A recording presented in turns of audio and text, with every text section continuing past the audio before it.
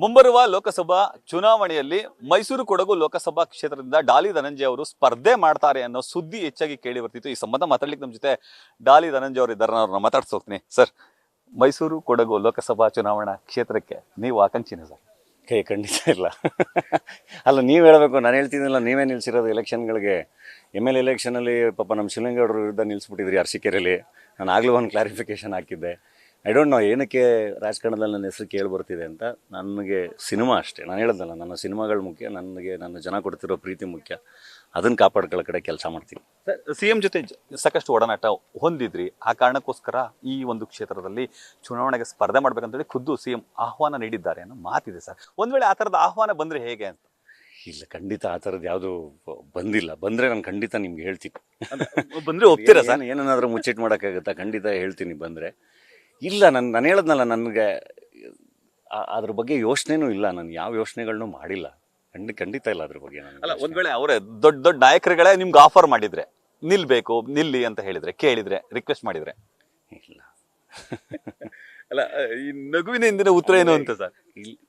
ನಾನು ಹೇಳದ್ನಲ್ಲ, ನಾನು ಸಿನಿಮಾ ಮಾಡಬೇಕು ಅಂತ. ಸಿನಿಮಾ ಮಾಡಬೇಕು. ನನಗೆ ನನ್ನ ಜನ ಇಂಪಾರ್ಟೆಂಟು. ನನ್ನ ಜನ ಏನು ಹೇಳ್ತಾರೆ ಅದನ್ನು ಮಾಡ್ತೀನಿ. ಇನ್ ಕೇಸ್ ಚುನಾವಣೆಗೆ ಸರ್ ಯಾವ್ದಾದ್ರು ಪಕ್ಷಗಳು ನಿಮ್ಮನ್ನ ಆಹ್ವಾನ ಮಾಡಿದ್ರೆ, ಅಂದ್ರೆ ಪ್ರಚಾರಕ್ಕೆ ಕೂಗಿದ್ರೆ, ಪ್ರಚಾರಕ್ಕೆ ನಾವು ಹೋಗ್ತೀರಾ? ಕ್ಯಾಂಪೇನಿಂಗ್ ನಾನು ಇದುವರೆಗೂ ಹೋಗಿಲ್ಲ. ಲಾಸ್ಟ್ ಟೈಮು ಎಲ್ಲರೂ ಕರೆದಿದ್ರು, ಹೋಗಿಲ್ಲ. ಮೋಸ್ಟ್ಲಿ ಹೋಗಲ್ಲ. ಯೋಚನೆ ಅಂದರೆ ಸದ್ಯಕ್ಕೆ ಆ ಯೋಚನೆ ಯಾವುದೂ ಇಲ್ಲ ನನಗೆ. ಸರ್, ನೀವು ಉತ್ತಮ ನಾಯಕ ನಟ, ಅದರಲ್ಲಿ ಎರಡು ಮಾತಿಲ್ಲ ಸರ್. ರಾಜಕಾರಣದಲ್ಲಿ ಹೇಗೆ? ರಾಜಕಾರಣ ಅಂದ್ರೇನು? ರಾಜಕೀಯ ಅಂದ್ರೇನು ನಿಮ್ಮ ಪ್ರಕಾರ ಸರ್? ನನಗೆ ಗೊತ್ತಿಸಿ ನನಗೆ ಕೇಳಿದ್ರೆ ನಾನು ಏನು ಹೇಳಿ ಸಡನ್ನಾಗಿ ರಾಜಕಾರಣ ಏನು ಅಂದರೆ ಏನು ಸಿಸ್ಟಮ್ ಚೆನ್ನಾಗಿ ರನ್ ಆಗಬೇಕು, ಒಳ್ಳೆ leaders ಬರಬೇಕಷ್ಟೇ. ಡೆಮೋಕ್ರಸಿಲಿ ruling parties, ruling leaders ಎಷ್ಟು ಇಂಪಾರ್ಟೆಂಟು, ಹಂಗೆ ಅಪೋಸಿಷನ್ನು ಕೂಡ ಅಷ್ಟೇ ಇಂಪಾರ್ಟೆಂಟ್. ಎರಡೂ ಡೆಮೋಕ್ರಸಿ ಪಿಲ್ಲರ್ಗಳವು ಒಂದು ಸಿಸ್ಟಮ್ ರನ್ ಆಗೋಕ್ಕೆ.